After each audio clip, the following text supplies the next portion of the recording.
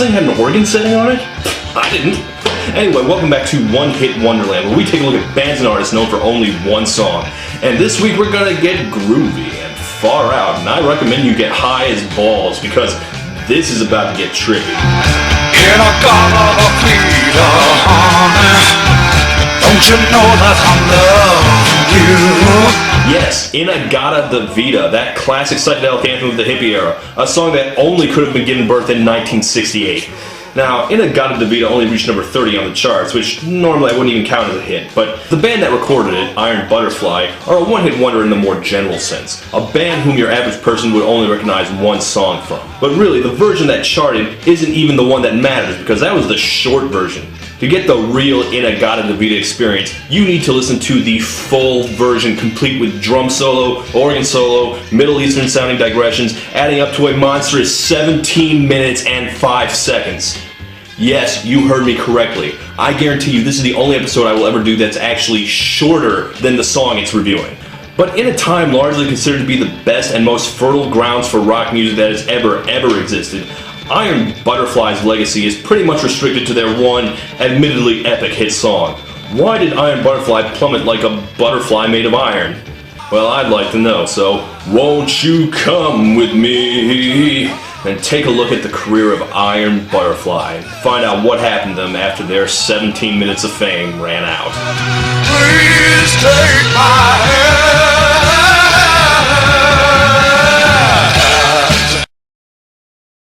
Iron Butterfly was created in San Diego by lead singer and organ player Doug Ingle. The other original members are not worth mentioning because Iron Butterfly basically never had a consistent lineup, especially after being on the touring circuit for 45 years. I mean, look at this. I think that's enough people to repopulate the planet. Now, for the sake of sanity, we're just going to restrict them to the members during their peak years. Drummer Ron Bushy, guitarist Eric Braun, and bassist Lee Dorman, none of whom are original members. Anyway, Iron Butterfly moved to LA and got good enough that they managed to land gigs opening for some really big names like Jefferson Airplane and The Doors. LA's hottest new band, huh?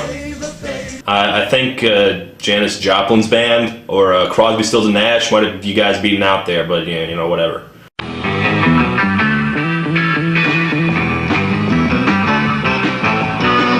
Now, me personally, if I were to pick a lesser-known Iron Butterfly song to listen to, it would be this one, Unconscious Power.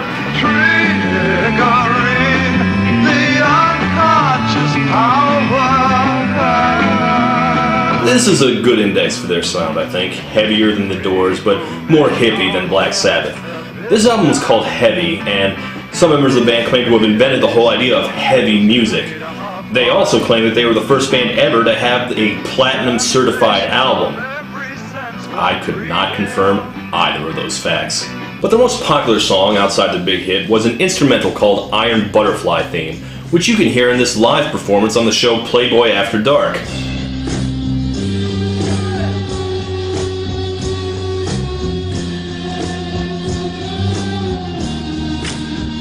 As far as I'm concerned, this is the 60s. This video right here is the entire 60s. Hippie chicks at the Playboy Mansion go-go dancing to loud, angry music that you cannot actually dance to. God bless them, they're trying. Now, most of the people you see there air syncing were not the people who actually played on the song, because more than half the band quit right before their first album was released, and they would not be the first or last to do so. I think they were like replacing people mid-song at one point.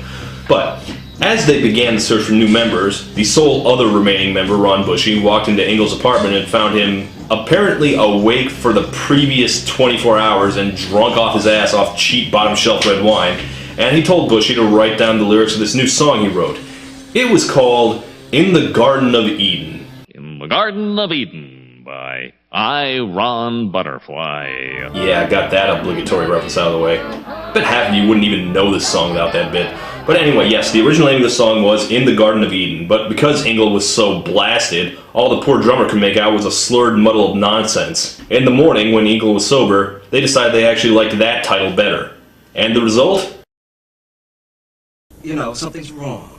And that the worship is of God, not of religion. Right. That's what's that music. It sounds like it might Sounds be churchy. Almost it does. I think it Well, might now be it doesn't sound churchy. the Iron Butterfly. Let me show you something unique. feel that riff. You can keep your Sunshine of Your Love, your Voodoo Child. This is the best riff of 60s hard rock. Don't you know that I'm loving you? In-A-Gadda-Da-Vida, baby.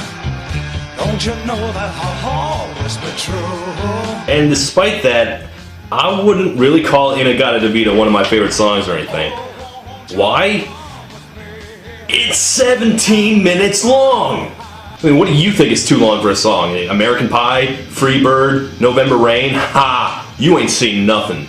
And this is not a live jam either, like from a Grateful Dead concert or anything, no. This is the real studio version. The live versions were usually even longer. The studio version was actually just meant to be a scratch recording for a sound check, but the producer decided the practice take was good enough on its own. A funny story, originally it was just supposed to be like this short kind of countryish ballad, but over time it evolved into the monster you're listening to now. What is In-A-Gadda-Da-Vida about? Technically, I guess it's a love song. Don't you know that I'm loving you? But you wouldn't know it to listen to it.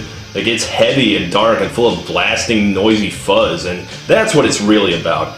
I've heard this song soundtrack several horror movies, and with good reason. It's just mean and scary. Like, this is not the peace and love 60s. You're this but a song we sing, feels we will die. No, none of that. Yeah, this is the drugs and death 60s. That's mostly what In-A-Gadda-Da-Vida is about. But more importantly, what In-A-Gadda-Da-Vida is about is endless solos.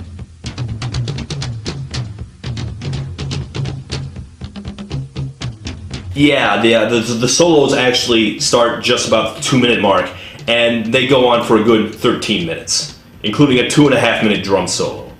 It is the defining drum solo of all time, the drum solo to end all drum solos. Quite honestly, maybe we'd be lucky if it had ended all drum solos. Most people are surprised to find out it's less than 3 minutes because it sure feels a lot longer.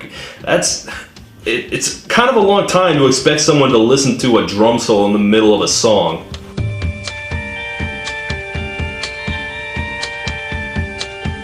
Look, this is the kind of music probably best listened to while under the influence of various mind-expanding drugs popular in the 60s. Me, personally, I've always been a don't bore us, get to the chorus kind of listener, so this doesn't really do it for me. Oh, another drum solo.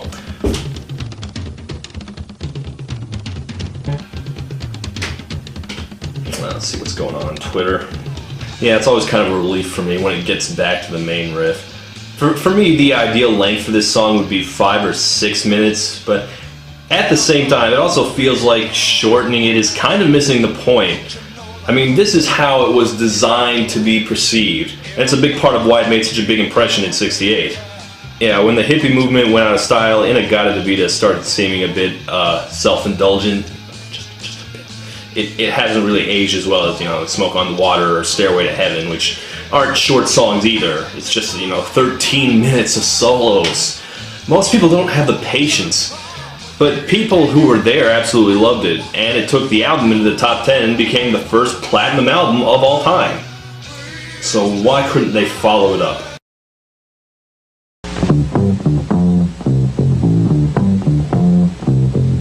Considering that Iron Butterfly were more of an album band than a singles band, the fact that they had no more hit songs doesn't really count against them. And if you just look at how high their next album charted, which was in the top 10, more than decent, you wouldn't really count it as a failed follow-up. On the other hand, if you look at whether anyone liked that album or remembered it, then yes, it is a failed follow-up. Don't be afraid to live a little. The sad fact is, Iron Butterfly just weren't very good. For Album X, they wrote a lot of filler.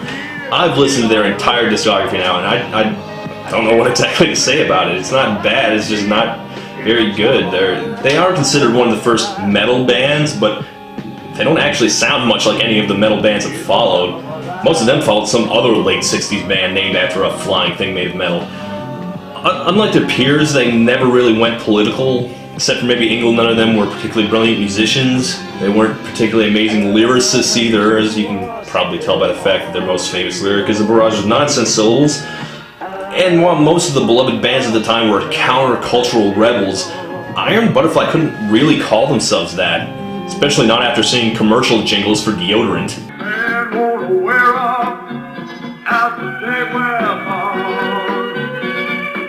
Turn on band spray deodorant. In-A-Gadda-Da-Vida, the speed stick, baby. And it'd be one thing if they were the only people making psychedelic rock in the 60s, but there was not a shortage. And considering their competition is what is now widely called the greatest rock music of all time, well, you know, it's a high standard to try and meet. Easy Rider, huh? Yeah, I think it's a little obvious where they were getting their inspiration from at this point in their careers. Get your motor running. Head out on the highway. Look, if this kind of music interests you at all, maybe check out Steppenwolf. If you dig deeper into their music, you'll find it a lot more rewarding.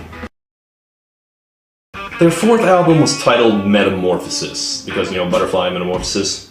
Just like a caterpillar metamorphosizes into a beautiful butterfly, Iron Butterfly metamorphosized into a dead butterfly. They broke up. And it was not their lack of further success that killed them, it was their insane schedule. The record company figured out early on that Iron Butterfly probably didn't have a lot of staying power, so they decided to wring every last drop out of them in as short amount of time as possible. In addition to 4 albums in 3 years, Iron Butterfly had an utterly psychotic touring schedule with virtually zero downtime. Imagine a butterfly being squashed by an iron. And that's pretty much how Iron Butterfly got treated. Eventually, Ingle had enough and quit out of sheer burnout. He spent the next few years painting houses and managing an RV park, but at least he had his royalties, right? No. Turned out the record industry had screwed him in other ways. He was in debt to the IRS until 1986. Not the happiest story, no. Fortunately, nowadays, record companies treat their artists with nothing but fairness and respect. That wasn't quite the end, though. Eric Braun reformed the band in 1975 with some of the other various members and recorded a couple more albums that year. Doug Ingle was not part of it, meaning that Iron Butterfly has not had a single consistent member throughout their history. And considering they were forming without their most talented member, you shouldn't be surprised that it didn't really turn out well. Yeah, yeah. 'Cause I'm so alone, searching circles. That was a single. Anyway, Ingle did eventually rejoin the band, and they've toured fairly constantly for the past 30 years. And Ingle is much happier now, but no, they've never bothered to record another album. I feel safe in saying that In-A-Gadda-Da-Vida is pretty much all the Iron Butterfly anyone needs. I'm not even sure it's fair to call Iron Butterfly a one-hit wonder, considering In-A-Gadda-Da-Vida should probably count as a good 4.5 songs at least. Iron Butterfly were ultimately either too different or not different enough, I'm not sure. Iron Butterfly found themselves caught in between 2 different trends and they couldn't keep up. But this is not to take away anything from In-A-Gadda-Da-Vida. There's pretty much nothing like it before or since. So if you gotta have just one hit, this is the kind of hit you want to have. I'm Todd in the Shadows and I'm out. Peace.